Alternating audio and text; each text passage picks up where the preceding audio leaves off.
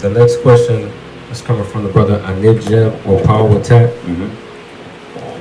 He says in the Proverbs of Yanun, it says Wu-Sabat and Wu-Nuwap are the same thing. Could you explain? Yeah, well, remember now, the only thing that happened maybe in the last couple of years is he changed the name. And that's why I keep trying to tell people when everybody heard about Wu-Sabat, well, it was called Sabaism at first. They say Sabaism, and then it moved into Wu-Sabat. Everybody thought that meant we were switching cultures, and it's not. You know, when you speak about Sabaism, and you speak about Nuwapu, or you speak about Wu-Nuwap or Wu-Nuwupu, these are the same. These are the same teachings. The teachings are based on the same thing. One thing we got to remember about our culture is that many names have been bestowed upon our people by outsiders and ourselves over time in the course of the last 6,000 years or our 24,000 year history, right? So a lot of time it take on a different name depending on the region we are in, depending on the dialect that we might be using, or depending on the season we might be in. Like for the survival of what we are doing, we might have had to change the name. So you didn't see that it really was the same thing. So the switch over from Wu-Sabat the switch over from Wu-Nuwap and Wu-Sabat is just had to do with the name. But the underlying essence of what he's teaching is the same. One thing I'm gonna do a post on it. It's already done. I just gotta post it on the group. To show the connection between the word Saba in the glyphs, S''BA, right? And the word noob inside the Semitic language, which can also be found in the glyphs too, as gold, right? But to show you, when you get down to the underlying meaning behind both of these words, they are really saying the same thing. So when you look at the word Wu-Nuwap, the root of that word is noop, right? N-W-P, noop.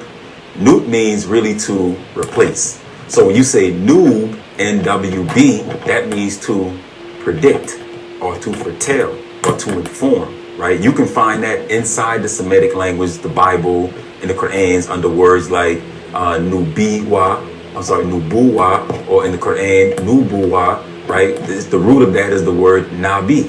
Well, but they say prophet, but in the language they're going to say Nub, right? So, but Nabi inside the Semitic culture, being the Bible and the Quran, is somebody who, they got two different types of Nabis. One Nabi is a person who receives the scripture, or a prophet. Nabi is prophet who receives the scripture. Then you got another type of Nabi, one who predicts the future, right? So when we was going by the term Nuwapian or Nuwapian, he always taught us that the root of that word was Nub, right? To inform, to predict. A news bearer, somebody who brings glad tidings, somebody who brings good news. So these Nabis or these Nuwapians were actually the people who were like messengers or apostles. These were the ones who were getting the message from these angelic beings called in the Bible called in the Bible Malakim, or in the Quran Malikat, right? The angels. They were getting the message from the angels, and then these Nabis or these prophets was taking that message to the people. So what Nuwapians were these news bearers, or these ones who bring glad tidings, or those who were informed. That's what we were. That's what Nuwapian really is. If you get into these scriptures where the root of what it means, or the underlying meaning of it, when people say we Nuwapians, that's what he really had it to be. Now, when you get into the word Saba, right? Saba inside the language of the ancient Egyptian language, because if you look in the Bible, when you get under the word Seba, Sheba, they're going to say a foreign origin, because the word is not Semitic, the word is not Chaldean, the word is not Phoenician. It comes from the ancient Egyptian language of what they call the Metuneta, or the Sufuf, or the Safaf, or the Suf, right? So that word has many different forms inside the glyphs. One of the meanings of the word is what? Teacher, an instructor, a scribe, a scientist, a philosopher.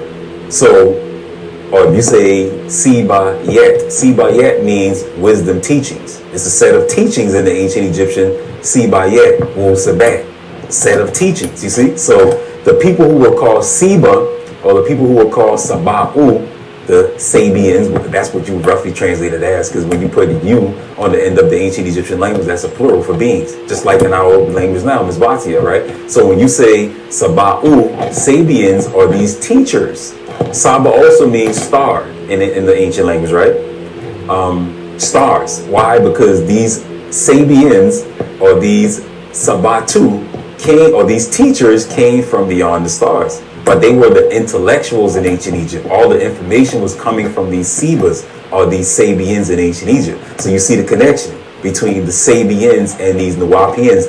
These were the two people who were informed in ancient Egypt, and then you had ancient Israel or Mesopotamia, when our land had fell and our people migrated all throughout the world and took what they knew and they buried it in these religions, which became the Bibles in the Quran. When you look at the Bible in the Quran, you're really looking at Egyptian books mistranslated.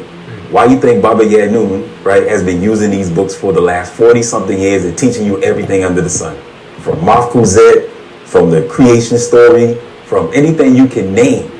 The Ark of the Covenant that they had in Egypt being a cell phone in the Bible, that's an Egyptian story, right? Most anything you can name, you notice he been teaching it through that Bible. Why? Because when we gave the Israelites doctrine, we gave them stones. They call it shuti in ancient Egypt. When you see Moses holding these two tablets up, that we say was what they say was the 10 Commandments, right? If you notice in ancient Egypt, all the stones, all the books that we had look like those books that Moses had. Like, Steelers? Yeah, well, they call them shuti. Okay. With the two books. So you see Moses holding them. If you look at the Shabaka stone, don't it look like that?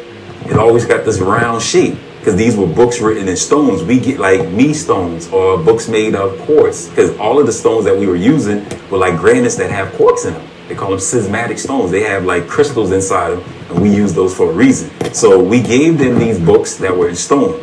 They took these books and they translated to papyruses, and they got that from us too. Papyruses and other forms of scrolls, and then they changed the names of these books. You see what I'm saying? So that's why that Bible that we hold in today is so tied into ancient Egypt, where you can find most of our story was transferred over to these Israelites. So that's what I'm saying. Like, a lot of what we did in ancient Egypt was just carried on into other cultures and became other things. You see what I'm saying? So when you're talking about Wu-Sabat and Wu-Nuwap, it's the same thing.